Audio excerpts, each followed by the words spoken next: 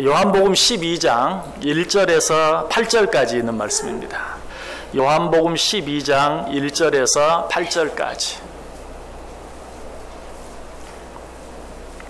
요한복음 12장 1절에서 8절까지. 한 절씩 교독하겠습니다. 제가 먼저 1절 읽습니다. 6월절 엿새 전에 예수께서 베다니에 이르시니 이곳은 예수께서 죽은 자 가운데서 살리신 나사로가 있는 곳이라.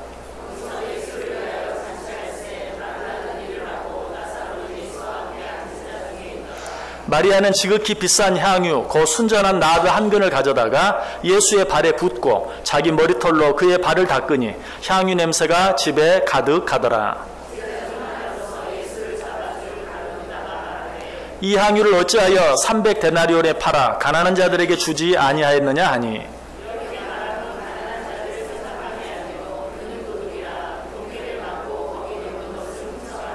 같이 읽습니다. 예수께서 이르시되 그를 가만두어 나의 장례할 날을 위하여 그것을 간직하게 하라. 가난한 자들은 항상 너희와 함께 있거니와 나는 항상 있지 아니하리라 하시니라. 아멘. 자, 우리 옆 사람들과 한번 인사합니다. 참 잘 오셨습니다. 큰 은혜 받으시기 바랍니다. 네, 여러분들 정말 잘 오셨습니다. 오늘도 하나님의 큰 은혜가 여러분 모두에게 넘치시기를 주님의 이름으로 간절히 축원합니다. 2017년 시작하면서 중단했던 요한복음을 다시 시작하겠다라고 여러분에게 말씀드리고 1월 달에 오늘 본문 가운데 1절, 2절, 3절 가운데 있는 말씀 드리고 한 번도 생각하지 못하고 6월이 거의 다 지나가고 있습니다. 매달 첫 주마다 달력에 나와 있는 기도에 대해서 설교하다 보니까 어쩔 때는 한 주도 하고 두 주도 하고 세 주도 하고 어쩔 때는 네 주도 하고 또 여러 가지 절기에 맞춰 설교하고 하다 보니까 2017년 시작하면서 올해부터는 중단했던 요한복음을 다시 시작합니다 라고 했는데 반년이 지나가면서 두 번째 요한복음에 대해서 말씀을 전하게 됩니다. 너무 오래돼서 아마 1절, 2절, 3절을 가지고 생각했던 말씀도 다 잊어버렸을 줄 알아요. 자, 어떤 내용 생각해 보았습니까? 1절, 2절, 3절 어떤 내용입니까? 베다니에서 예수를 위해 잔치하고 있는 그런 모습 우리가 생각해 보았죠. 이 모습을 통해서 우리는 정말 하나님께서 원하시고 기뻐하시는 교회의 모습이 무엇인가 하는 것에 대해 생각해 보았어요. 왜 이 사건을 가지고 하나님께서 원하시는 교회의 모습을 생각할 수 있다고 그랬습니까? 오늘 이 요한복음 12장이 시작하면서 뭐라고 말하고 있어요? 6월절 엿새 전에 예수께서 베다니에 이르시니 이곳은 예수께서 죽은 자 가운데서 살리신 나사로가 있는 곳이라.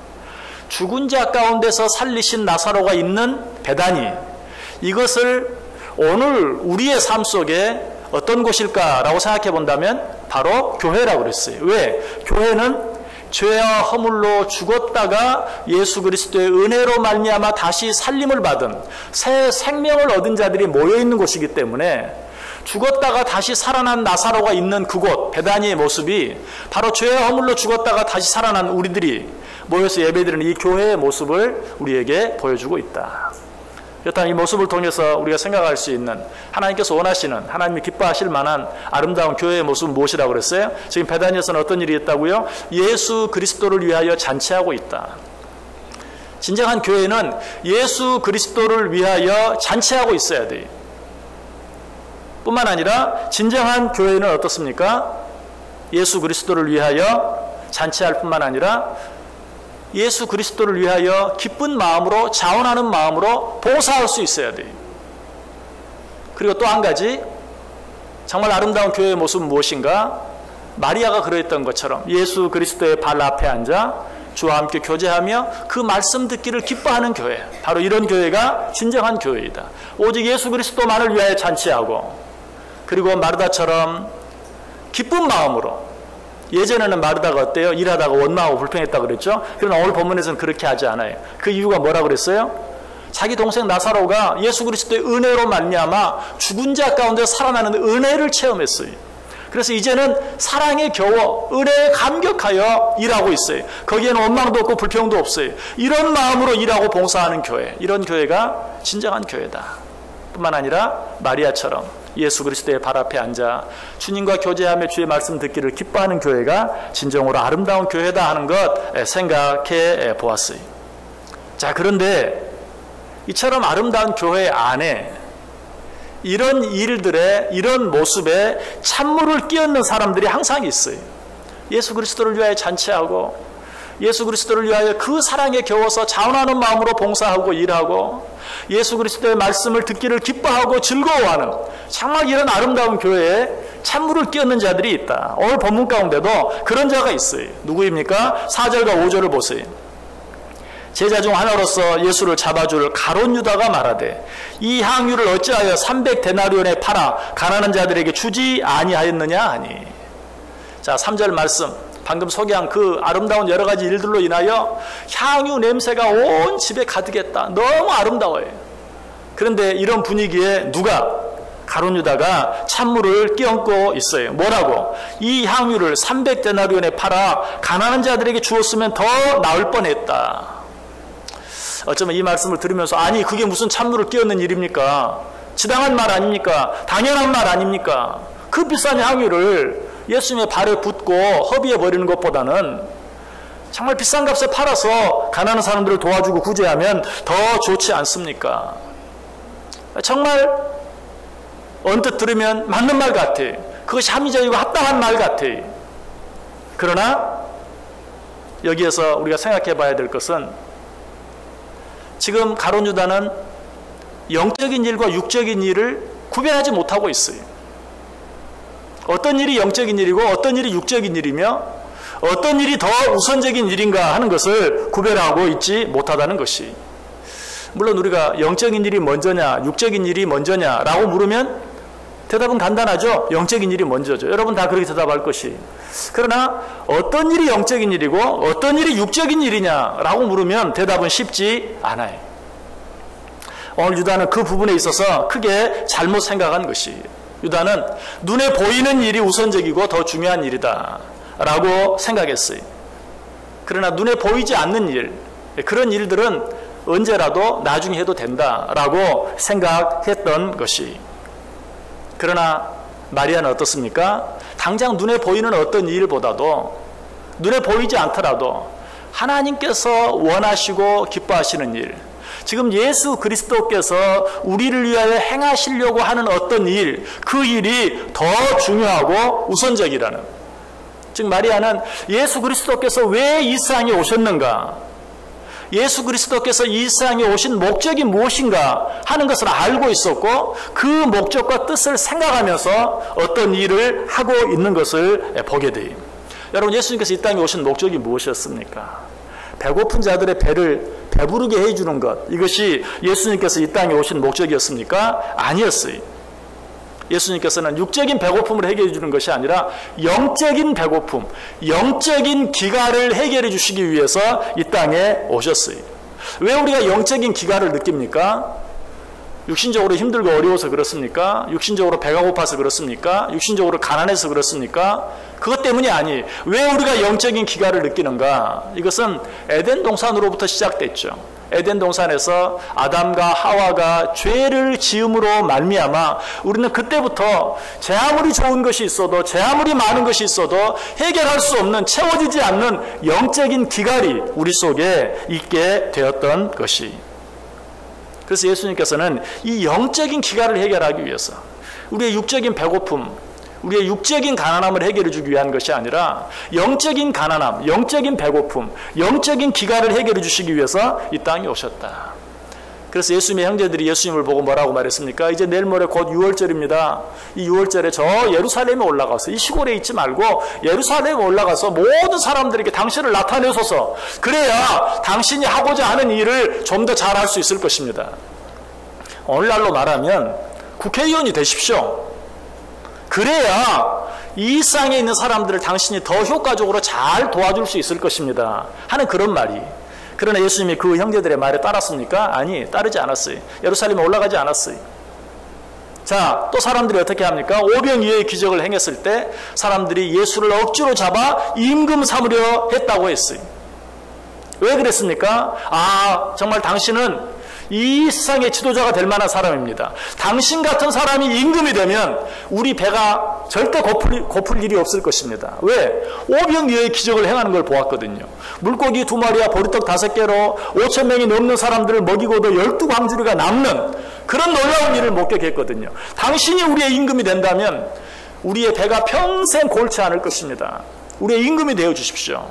그러나 예수님의 목적은 사람들의 배를 배부르게 해주기 위한 것이 아니기 때문에 역시 사람들이 자기를 잡아 임금 삼으려 할 때 어때요? 그들을 떠나셨다라고 말하고 있어요.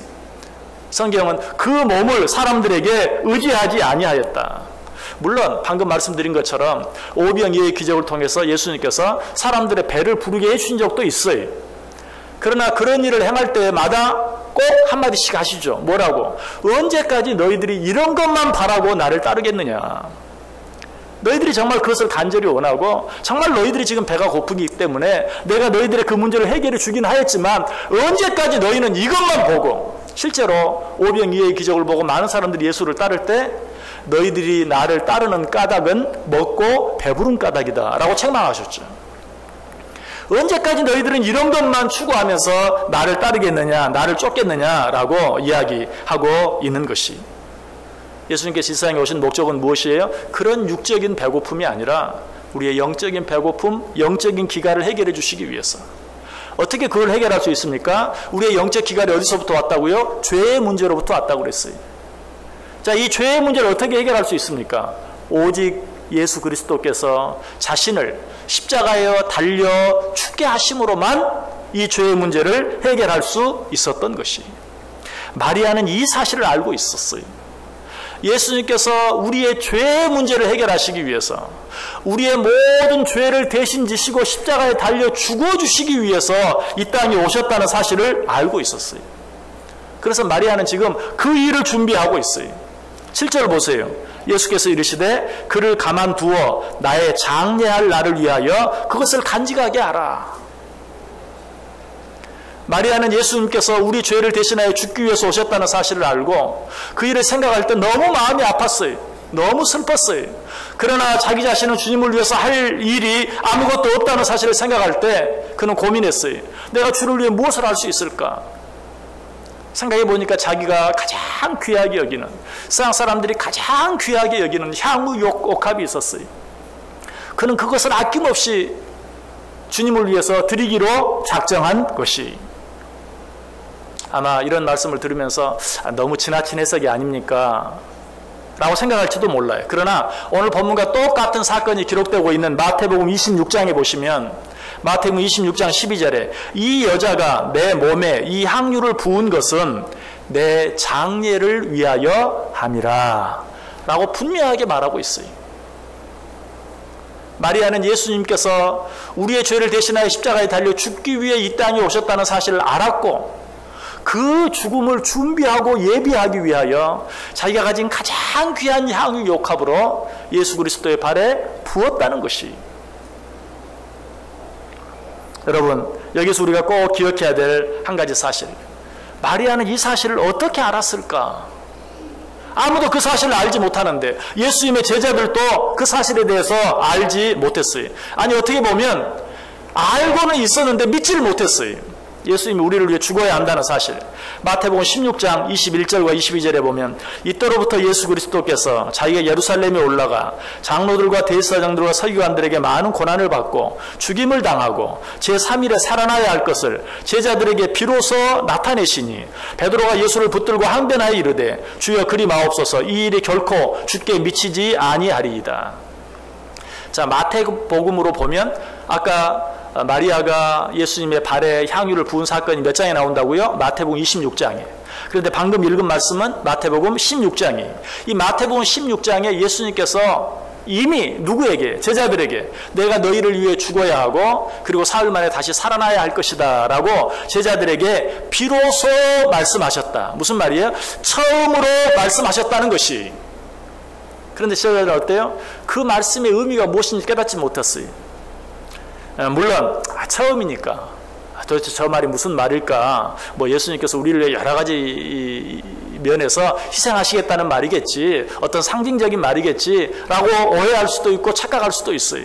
왜? 처음이니까. 그러나 그 뒤에도 여러 번 말씀하셨고, 특별히 오늘 이 본문의 사건, 마리아가 예수 그리스도의 발에 향유를 붓기 이 직전에도 예수님께서 한 번 더 말씀하셨던 것을 역시 마태복음 26장을 통해 알게 돼요.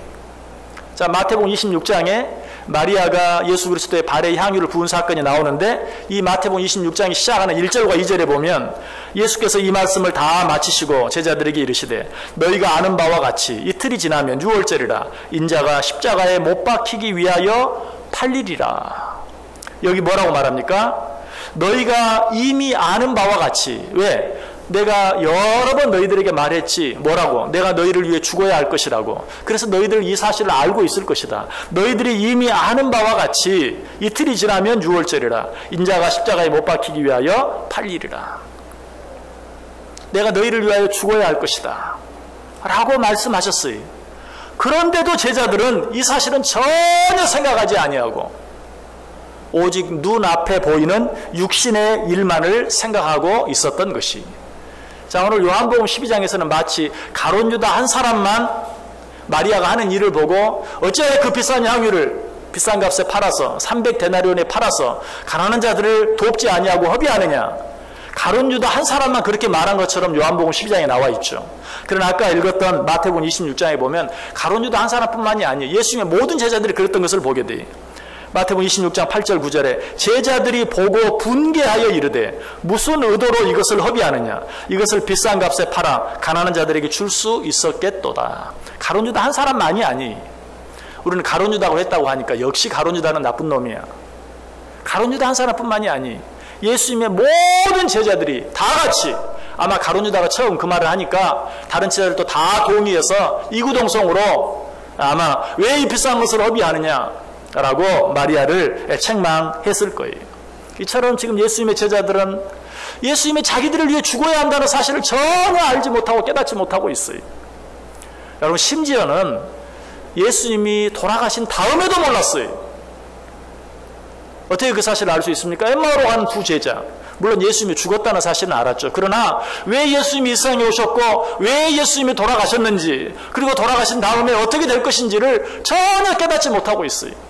그래서 엠마오로 가던 두 제자가 어떻게 합니까? 아, 예수님 죽었어. 아이고, 우리가 지난 3년 동안 그 예수님 따라다녔는데 이제 그 모든 수고가 다 헛것이 되고 말았네. 이제 우리는 어떡하냐? 다시 고향으로 가서 옛날 하던 일 계속 해야지. 뭐 이렇게 이야기하면서 자기 고향으로 가고 있었다는 것이 얼마나 어리석습니까?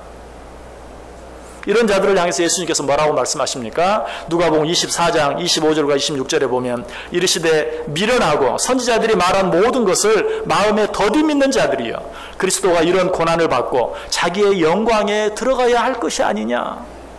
이 미련하고 둔한 자들아, 어찌하여 너희는 내가 하는 말을 깨닫지 못하느냐. 내가 너희 죄의 문제를 해결하기 위하여 이 땅에 온 것을, 내가 너희 죄의 문제를 해결하기 위하여 십자가에 달려 죽어야 할 것을, 그리고 너희에게 영생을 주기 위하여 내가 죽은 자 가운데서 다시 사흘 만에 살아나야 할 것을 왜 너희는 알지 못하고 깨닫지 못하느냐. 아니, 내가 그렇게 여러 번 이야기했는데 왜 너희는 그 사실을 믿지 못하느냐. 자, 그런데 마리아는 이 사실을 어떻게 알았단 말인가? 마리아는 예수님과 늘 함께 다니면서 먹고 마시던 자도 아니었어요. 예수님의 제자들은 그러했지만 마리아는 지금 오랜만에 예수님이 자기 집에 찾아왔을 때 지금 예수님을 자기 집으로 영접하고 언니 마르다는 그 예수님을 접대하기 위해서 애쓰고, 그리고 그 마리아는 지금 예수님의 발 앞에 앉아서 그 말씀을 듣고 있어요. 그런데 어떻게 마리아는 이 사실을 알았을까? 방금 드린 말씀 가운데 그 답이 있죠. 마리아가 어떻게 그 사실을 알았을까요?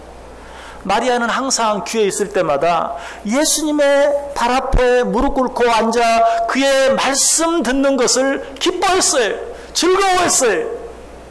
그렇기 때문에 정말 하루 24시간 늘 예수님과 함께 다니면서 먹고 마시는 예수님의 제자들도 알지 못했던 사실을 마리아는 알 수 있었고 깨달을 수 있었다는 사실이. 여러분, 이 사실을 기억하시길 바랍니다. 여러분, 하나님 앞에 나와 하나님의 말씀 듣기를 기뻐할 줄 알아야 돼요.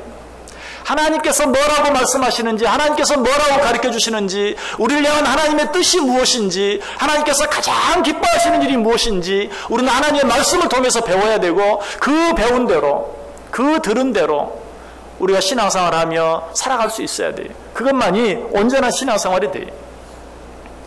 교회 안에서 문제를 일으키는 사람들은 크게 두 종류로 나눌 수 있어요. 첫 번째 사람은 어떤 사람일까요? 무엇을 알고도 행하지 않는 사람이에요. 알긴 알아요. 알면서도 그대로 행하지 않는 사람이에요. 자, 그렇다면 또 한 부류는 어떤 사람일까요? 알지 못하고 행하는 사람들이. 알지 못하면서 하나님께서 원하시는 일이 무엇인지, 하나님이 기뻐하시는 일이 무엇인지, 무엇이 먼저이고 무엇이 나중인지 알지 못하고 행하는 자들. 자, 이런 자들이 교회를 어지럽게 합니다. 교회를 힘들게 합니다. 그런데 이 두 종류의 사람들 가운데 누가 더 교회를 아프게 하고 힘들게 할까요? 알면서도 행하지 않는 사람보다도 알지 못하고 행하는 사람이 더 교회를 힘들게 해요. 왜? 알면서도 행하지 않으면 어때요? 그러니까 자기만 손해죠. 그렇죠? 알면서도 행하지 않으면. 그런데 알지 못하고 행하면 어떻게 됩니까? 여러 사람이 피해를 봐요.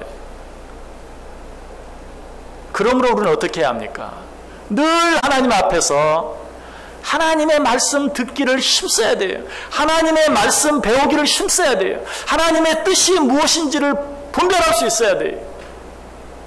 그렇게 할 때만 지극히 적은 일 하나를 행하더라도 그 일을 통해서 하나님을 기쁘시게 할 수 있고 교회와 성도들에게 유익을 끼칠 수 있는 것이, 덕을 세울 수 있는 것이, 그렇지 아니하고 주의 무릎 앞에 앉아 말씀 듣기를 기뻐하지 아니하고 주의 뜻이 무엇인지 배우기를 힘쓰지 아니하고 어떤 일을 행하려고만 하면 어떻습니까?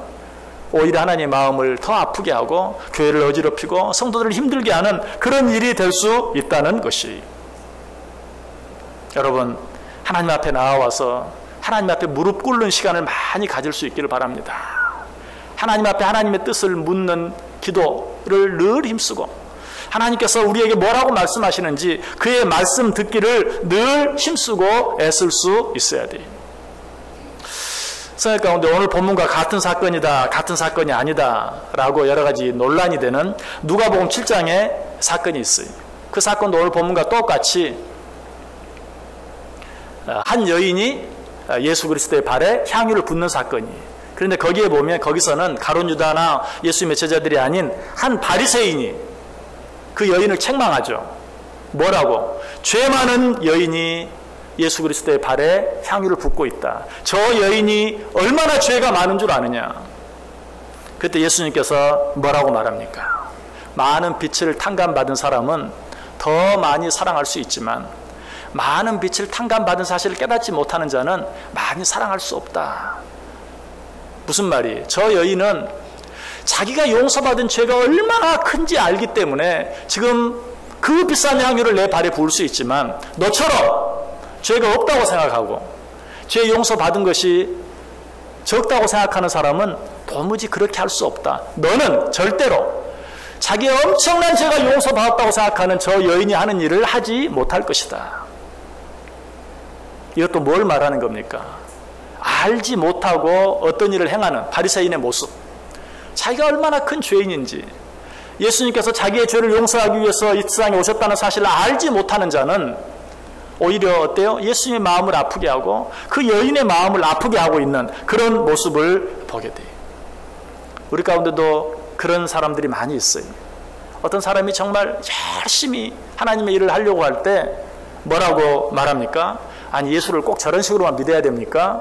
저 광신적인 것 아닙니까? 미신적인 것 아닙니까? 맹신적인 것 아닙니까? 라고 손가락질 하기를 좋아해요. 그런 자를 향해서 예수님이 뭐라고 말해요? 그래, 하나님께 용서받은 죄가 얼마나 큰 것인가를 알지 못하는 자는 저 사람이 저렇게 하는 것을 이해하지 못할 것이다 라고 말씀하는 것이.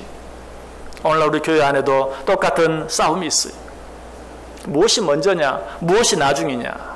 우리 한국교회가 선교에 막 눈을 뜨기 시작하는 70년대, 80년대 교회 안에 있었던 그런 대표적인 논쟁이 있어요. 그것이 무엇입니까? 지금이 선교할 때냐? 우리 동네 전도도 아직 못하는데 지금이 선교할 때냐? 하는 그런 논쟁이 교회 안에 많이 생겼어요. 어떻게 보면 맞는 말 같아요. 그러나 기억해야 될 것은 그런 교회는 지금도 선교를 하고 있지 못할 뿐만 아니라 그렇다고 동네 전도를 제대로 하느냐? 그것도 못해요. 뿐만 아니라 그 가운데 또 한 가지 논쟁은 뭡니까? 지금이 선교할 때냐? 우리 교회도 아직 없는데. 또 이런 논쟁이 정말 많았어요. 그런데 그런 교회는 어떤가? 아직도 교회를 짓지 못하고 있는 경우가 많아요. 아니 설령 그렇게 해서 교회 먼저 짓자 해서 교회를 지었더라도 그 교회는 어떻습니까? 그렇게 해서 교회가 부흥하면 또 교회 지어야 돼. 결국 교회만 짓다가 끝나는 거죠. 그러나 아직 우리가 우리 지역 전도 다 하지 못했다 할지라도 그것도 하면서 선교도 해야 된다. 아직 우리가 우리 교회도 없지만 그럼에도 불구하고 선교하는 일은 해야 한다라고 한 교회들은 교회도 짓고 전도도 하고 선교도 하고 다 하고 있어요. 여러분 우리는 어떤 일들을 행할 때 하나님께서 정말 가장 먼저 원하시고 기뻐하시는 일이 무엇인가?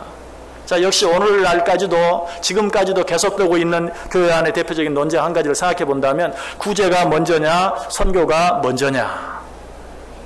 여러분 어떻습니까? 어떻게 답할 수 있습니까? 쉽지 않죠. 물론 이렇게 말하면 그 답을 하기가 쉽지 않아요. 왜? 구제도 단순한 구제가 아니라 구제 안에도 전도의 성격, 선교의 성격이 있기 때문에. 그러나 우리가 이렇게 질문해 보면 어려운 가운데 있는 자들을 육신적으로 돕는 일이 먼저냐 그들에게 복음을 전하는 일이 먼저냐. 그러면 여러분 어때요? 대답하기가 쉽지 않죠. 자, 지금 먹을 것이 없어서 굶주리고 있는 자들에게 먹을 것을 주는 것이 먼저냐 전도하는 일이 먼저냐. 여러분 어떤 일이 먼저입니까? 당연히 후자가 먼저입니다. 여러분 어려운 가운데 지금 배가 고픈 자들에게 빵을 주는 것 그것도 필요한 일이. 그러나 그것보다 더 급한 일은 복음을 전하는 일입니다. 예를 들어 설명해 볼까요? 자, 물속에 어떤 사람이 빠져 죽어가고 있습니다.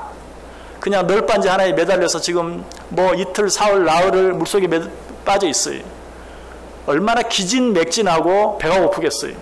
그러나 그 자에게 먹을 빵을 던져주는 게 먼저입니까? 줄을 던져서 그를 물 바깥으로 건져내는 게 먼저입니까?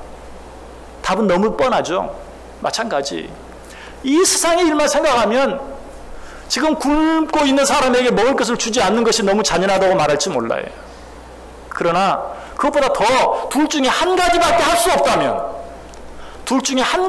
수 없다면 그 영혼을 건져내는 지금 굶어서 언제 죽을지 모르는 그 사람의 영혼을 건지는 일이 먼저예요.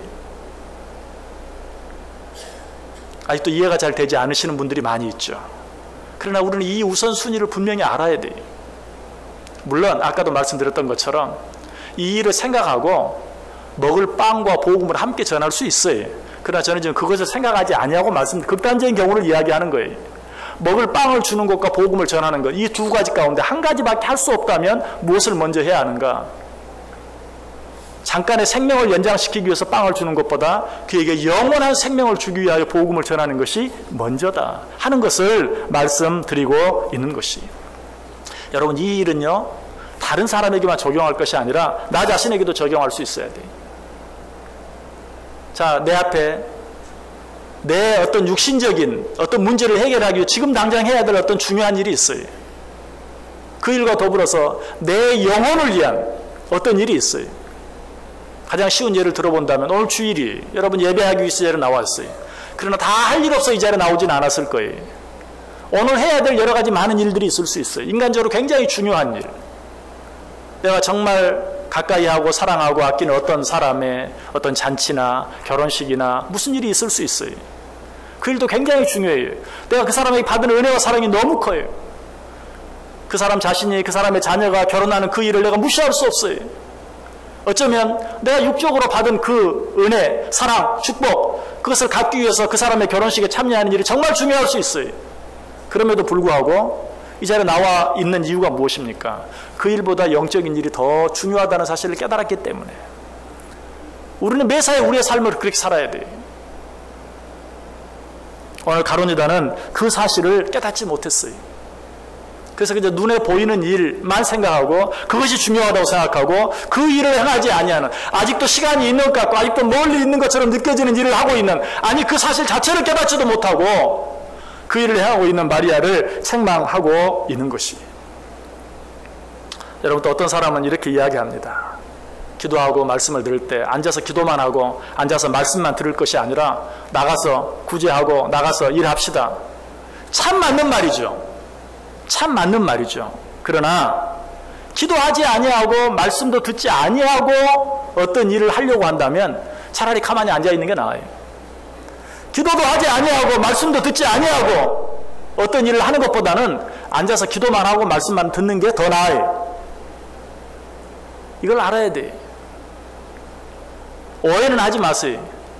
기도하고 말씀 듣고 열심히 기도하고 열심히 말씀 듣고 그리고 나가야죠. 그리고 나가야죠. 이것이 맞는 것이죠. 이것이 정답이죠.